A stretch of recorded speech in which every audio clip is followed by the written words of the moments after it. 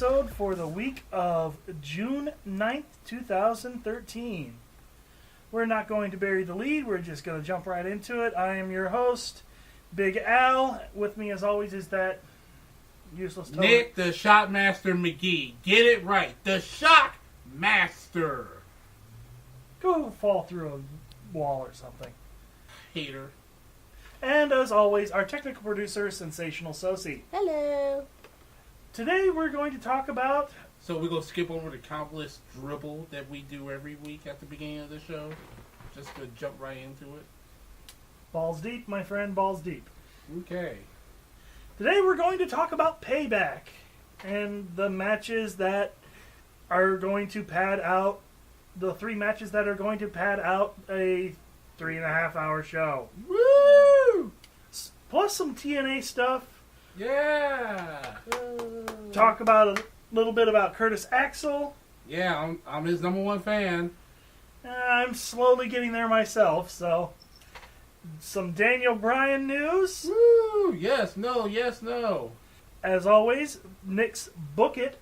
Yeah! The greatest thing ever. And Sensational Sosie's Fic Fails. Woo! Well, Yippee. what do you want to start with first, Nick?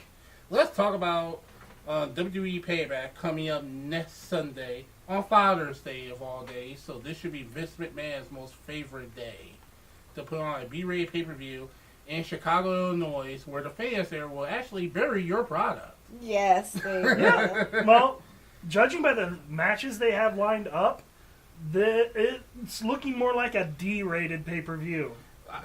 Quite frankly, I don't want to talk about the main event, the 3 stages of... We covered that Yeah, to we death. covered that to death last week. Let's just do winners and losers after we go through what we think might be padding this terrible pay-per-view. Well, let's pick the winner loser of this 3 stages of hell match. Who you guys got? Cena or Rabbit? That's how we use those. The crowd. Ah, yeah. The crowd always wins in Chicago. At the Allstate Arena. Not with those two. Oh, no, it's going to be entertaining. That's what I'm going to watch it for. I'm watching it for the crowd. But, yeah, Cena's winning.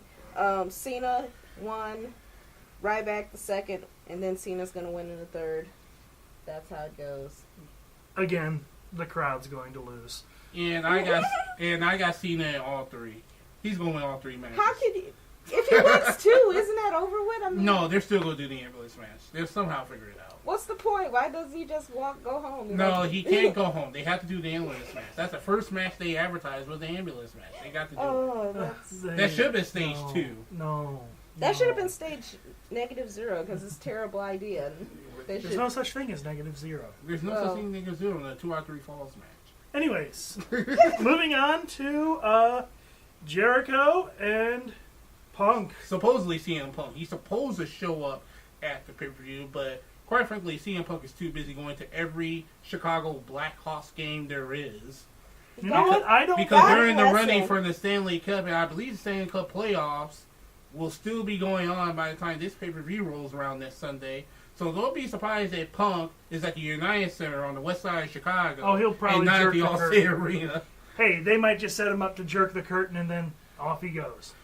No, he'll have via satellite. He'll come up on the Titantron from his The United seat. Center, yeah, from his seat. Being like, here, you can have this one. Who cares? Exactly. And Heyman probably get the crap beat out of him. Yeah. And here comes Curtis Axel coming to his rescue, and we're going to have a Curtis Axel Jericho rematch on pay-per-view. We just booked it. Yep, Yeah. just booked it for you. Sorry, Vince, you had to rewrite the script. And now we're going to talk about the triple threat match that they had. Fandango! Woo! Break out the music, Sosie! Do do do do. I don't know either of you. Fandango wins. Fandango, our new IC champ. Sorry, Ray Barrow or Wheelbarrow. Wheelbarrow. Sorry, Marine 3. I mean, Miz.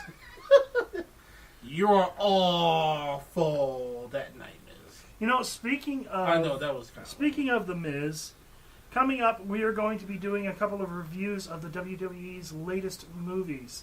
Not this week. I'm thinking of doing it next week. Me and Sensational Sosie will sit down and go through them, so have something to look forward to next week, folks. Woo, yeah. Movie review with Sensational Shows and Big Al. Pretty exciting, people. You got to tune in. Yeah?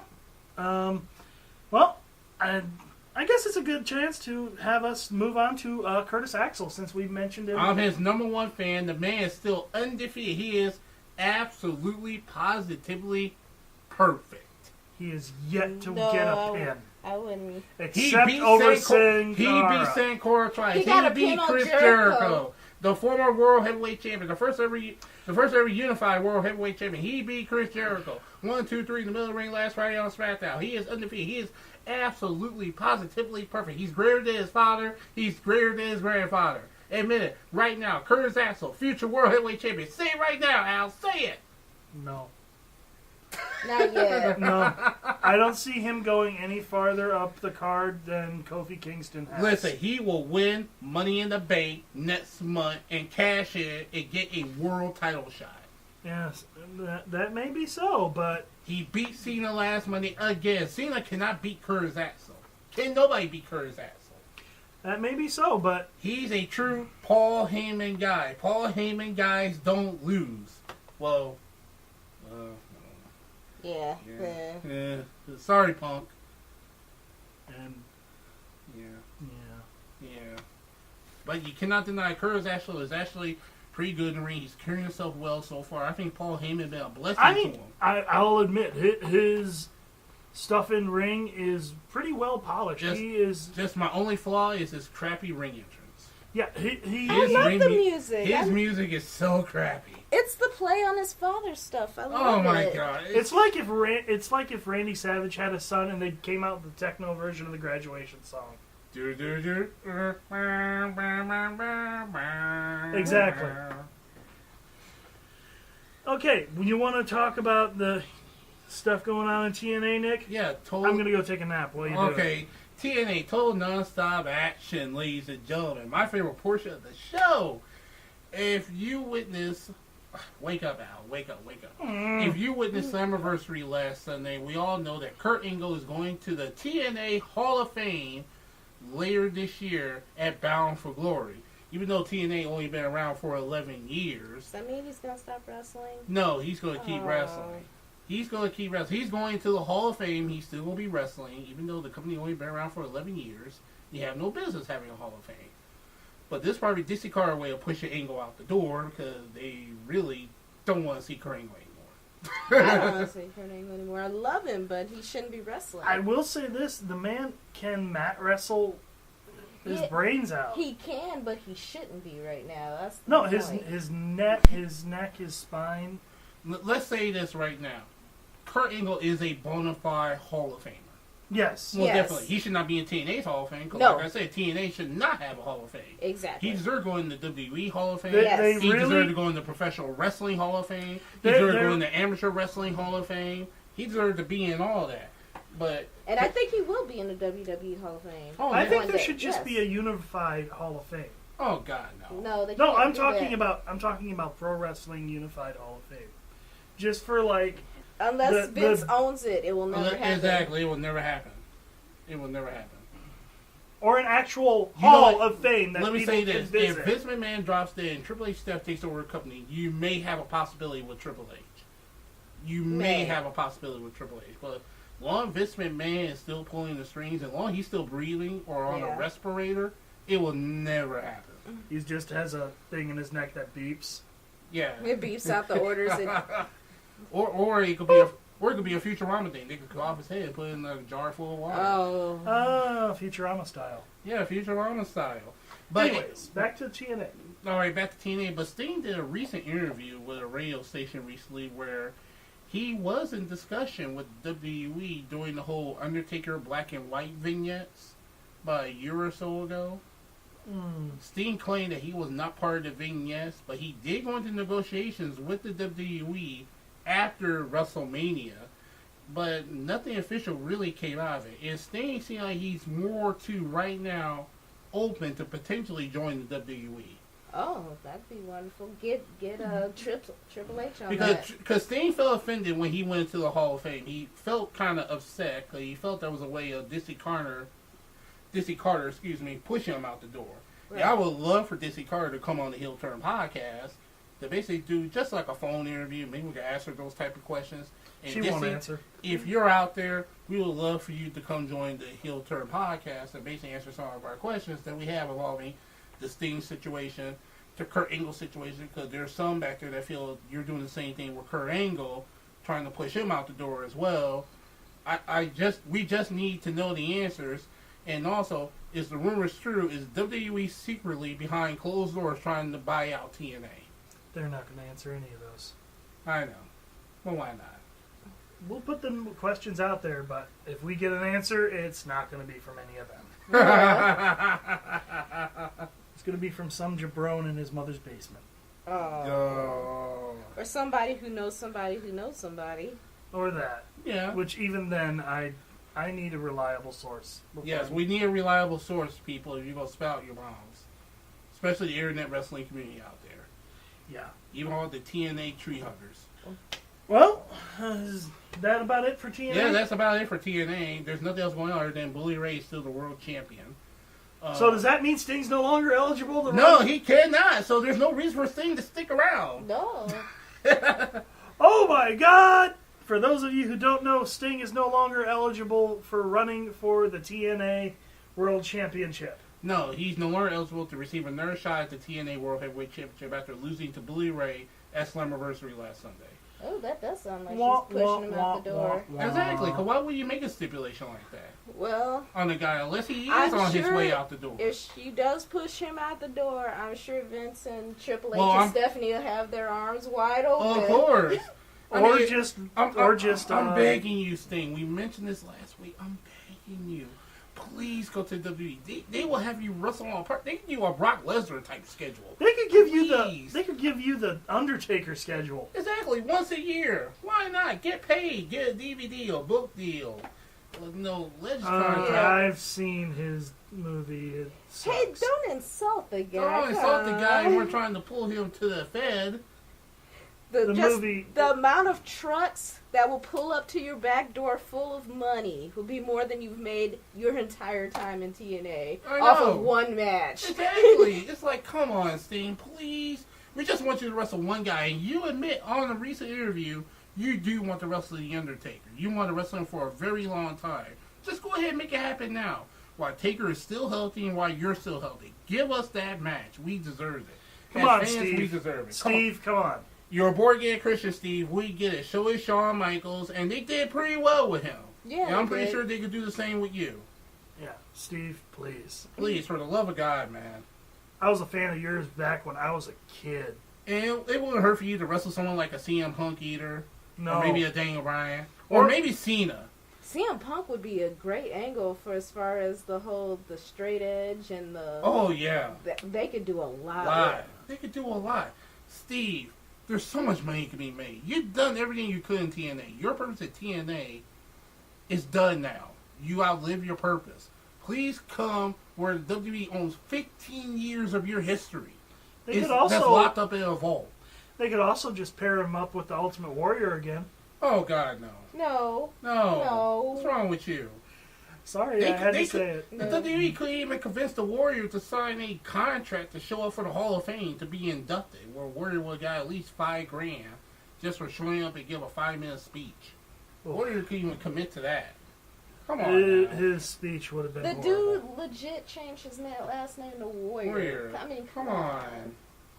No, All right, thank you. well, let's talk about Daniel Bryan, shall we? Yes, no, yes, Yes. no, yes, no, yes, no. I'm so glad they finally took the cuffs off of him. Yes.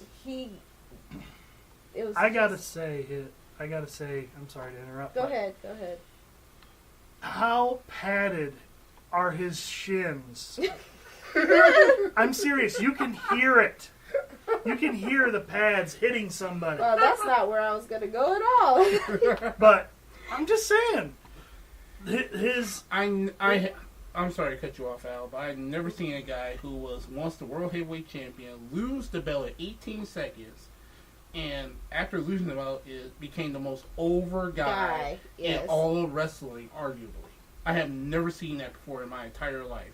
Usually when you drop the belt the way he did, your career is career's basically done. Yeah. You basically become a full-time jobber. they probably would give him an agent job. They probably that was probably going to be the idea, but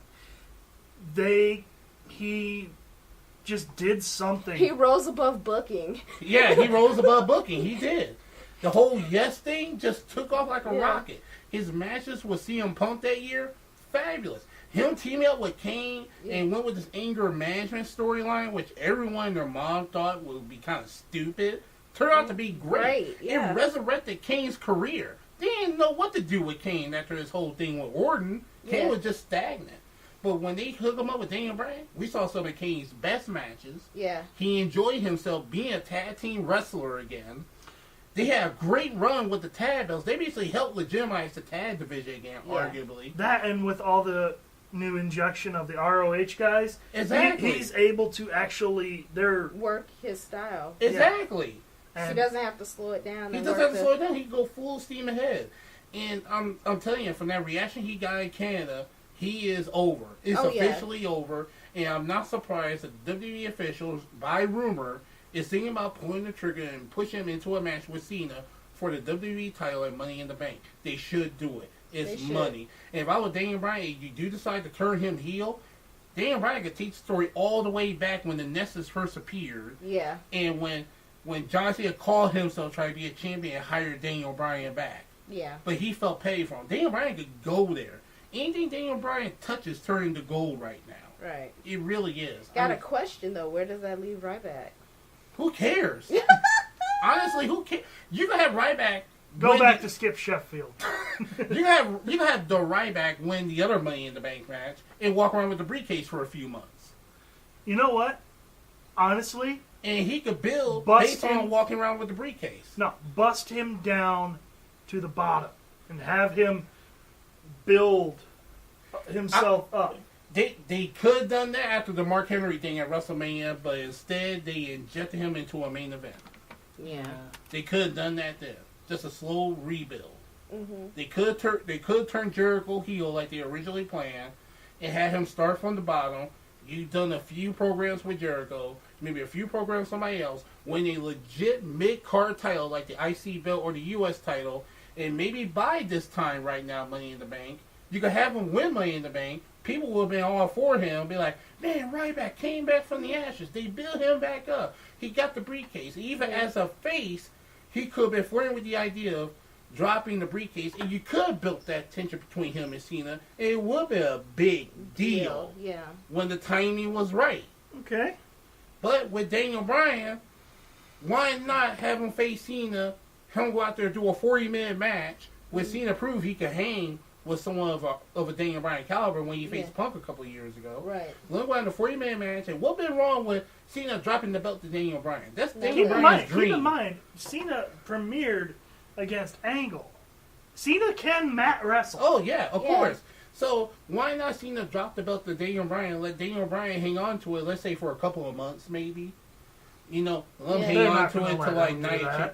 Because they're gonna get scared and be like, we gotta put it back on Cena. We're scared. It depends on how it goes. Cause it depends on the reaction. Because they had that same reaction with Punk. Right. And he held that darn thing for over 400 days. And it did not slow down. Not at all. It did not slow down. It didn't kill Punk's character. It didn't kill his build-up. He did a heel turn with the world title, which hadn't been done since... Andre? Since the late 90s when Bret Hart called himself turning heel with the belt. You're right. You know, Bret Hart did the same thing. Yeah. And resurrected his career, because his career was starting to take a fall I think CM did it a little better than Bret Hart. Oh, yeah. Because Punk was more in your face with it. Where Bret was trying to hang on to still being a face, but it just didn't work, and the fans were so against it, where Punk was like, I don't care. Right. You know, this is the reason why I want to be champion. I don't care if you cheer for me or not. Yeah, it wasn't about the fans, it was about the title. Exactly. And he may have known that since the very beginning. You cheer for me, great. You boo me, I don't care. Right. Okay. I think we're rounding out our topics, so I guess it's now time for Shockmaster's Book It. Well, I don't have this much for Book It for this week, but I am going to touch on one particular WWE superstar.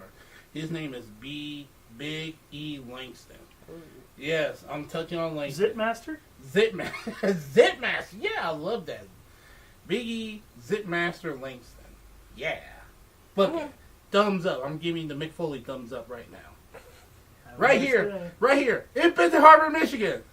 Have a nice day. Yay! But anyway, Biggie and Langston faced Alberto Del Rio several times in a series of matches the last 2 weeks.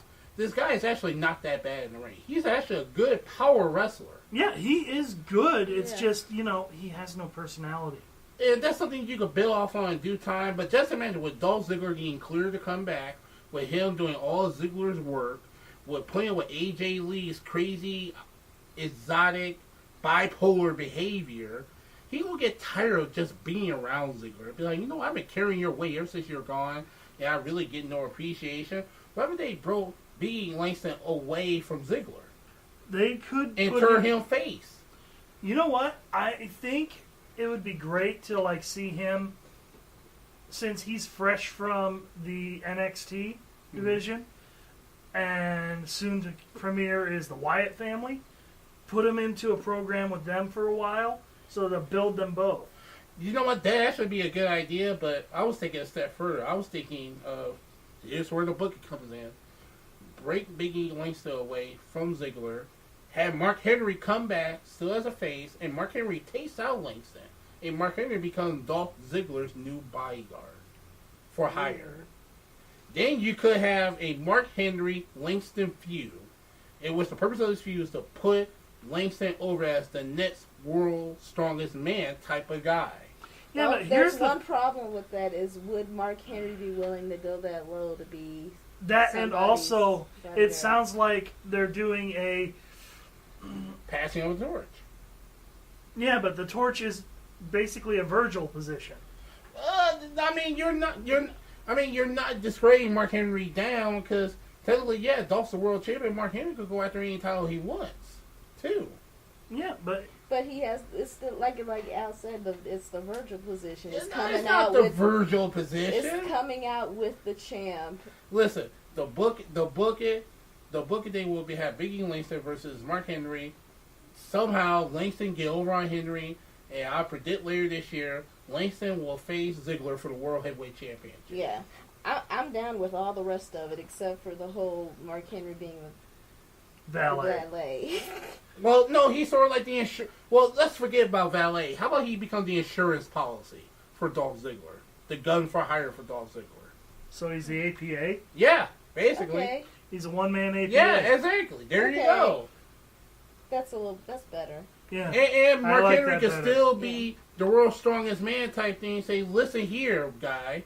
You're not going to tell me what to do. I do it because I want to. Right. He can still hang on to that persona, too. I like that. Yeah. He can pay off the world's strongest man. He's the world champ. He got the money. He got the girl. He's $1 million man, though. No, he's not the $1 million man, but he makes a lot of money because he is the show. Speaking of girl, they're supposed to be revealing the Kaitlyn's crush on Raw. Is it going to be revealed that she's being catfished by the Bellas? Oops. Or it's Hornswoggle. Oh God. No. Oh God. Or it's Khali. Oh God, no. Oh, please don't let it be Khali.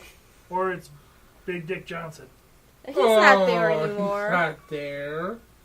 He's gone. Or could it be a member of the Wyatt family? Oh, that'd be awesome. That'd be a way to make their debut. They are supposed to be doing something with them this Monday. Well, supposedly at a recent WWE live event in Fort Lauderdale, Florida, all three, usually Wyatt himself been coming out wrestling, but he brought his other two guys with him, and they were wearing their sheet masks at ringside. Oh, that's creepy. They were walking around the ring wearing their sheet masks. And they say Wyatt cut this bizarre promo that confused the entire crowd. And that's probably what it was supposed to do. Yeah. Oh, that's going to be awesome. And his two big guys walk around with the sheet masks. It's like, what the crap is this? They got photos of it online. Like, if you dissect the vignette, in one part he's wearing an apron. Yeah.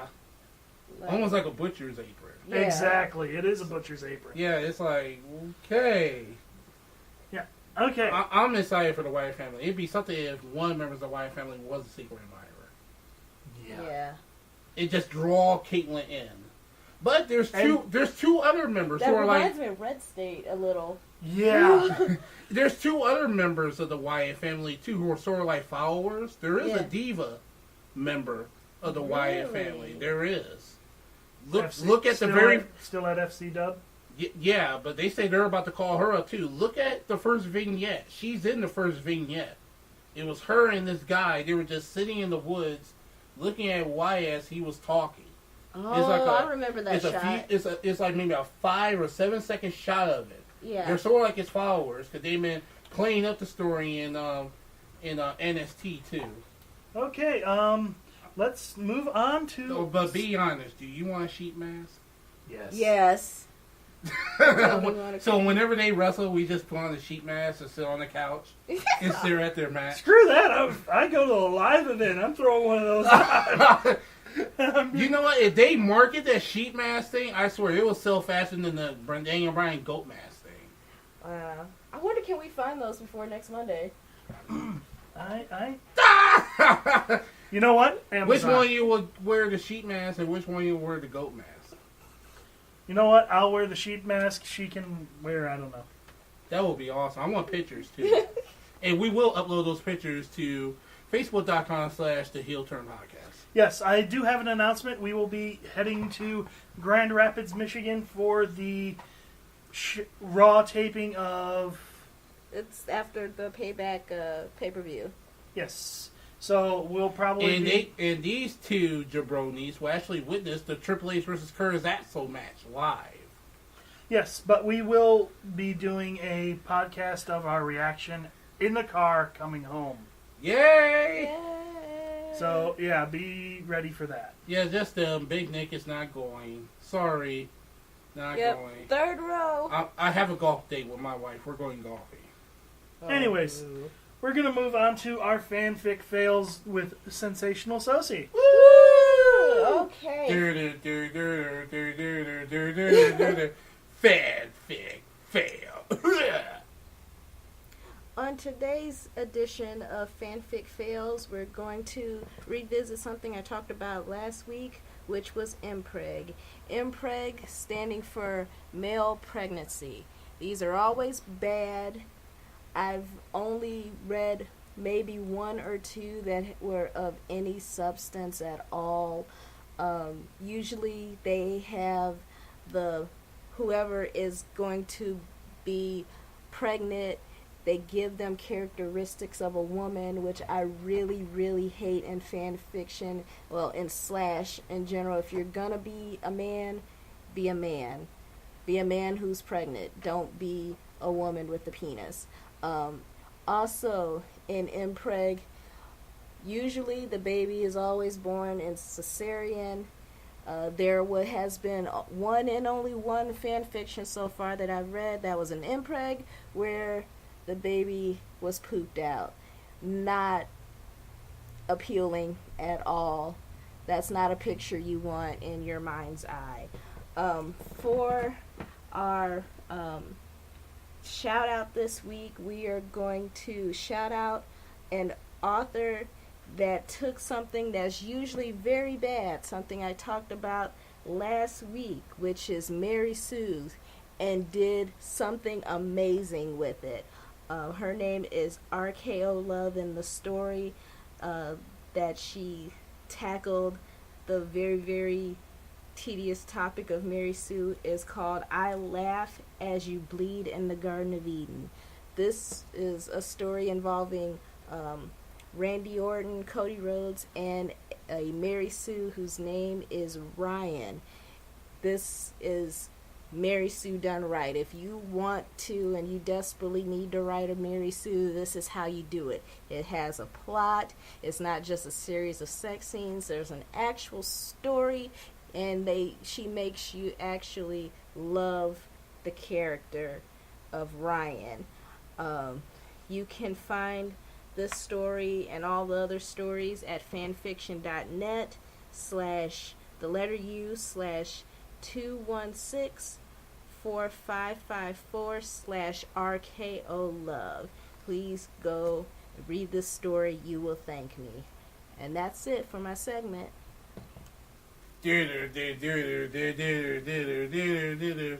Fan fiction.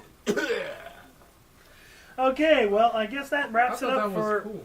I guess that wraps it up for the Heel Turn podcast for this week. As always, I am your host, Big Al. And I have a plea before I sign off. I am pleading for our Heel Turn podcast fan base out there. My goal for this podcast is to get CM Punk to come on the podcast by the end of this year. So I need your help out there, fans, to make this dream of ours come true. To get CM Punk to come on the podcast. Okay? This is Nick, the Shopmaster McGee. Okay, well, I agree with you. I also would like to talk to any of the old-timer wrestlers out there that listen. I am looking for someone to talk in a very respectful way to our hometown hero, who is a WWE legend and Hall of Famer, Bobo Brazil. We're talking about you, Terry Funk. We know that you know Bobo Brazil. So anyways, again, I'm Big Al. Sensational Sosie. And Nick, the Shopmaster McGee. We're signing off. Have a week. Get out of